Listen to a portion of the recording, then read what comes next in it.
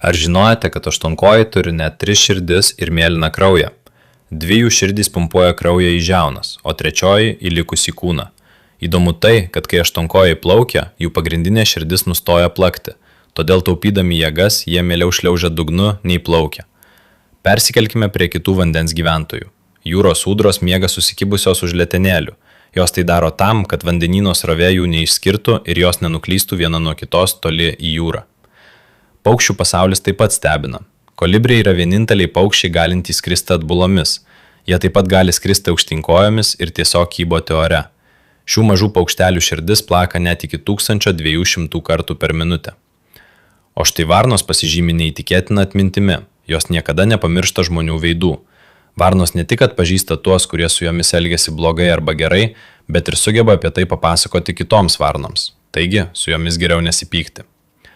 Sausumoje taip pat netrūksta keistenybių. Pavyzdžiui, liūtų riaumojimas yra toks garsus, kad jį galima išgirsti net už 8 km. Tai padeda jiems bendrauti ir žymėti savo teritoriją. Ar žinojate, kad karvės turi geriausias drauges? Tyrimai rodo, kad karvės patiria didžiulį stresą, kai yra atskiriamos nuo savo mėgstamų bandos draugių ir elgiasi daug ramiau, kai būna kartu. Be to, kiekvieno šuns nosies atspaudas yra visiškai unikalus.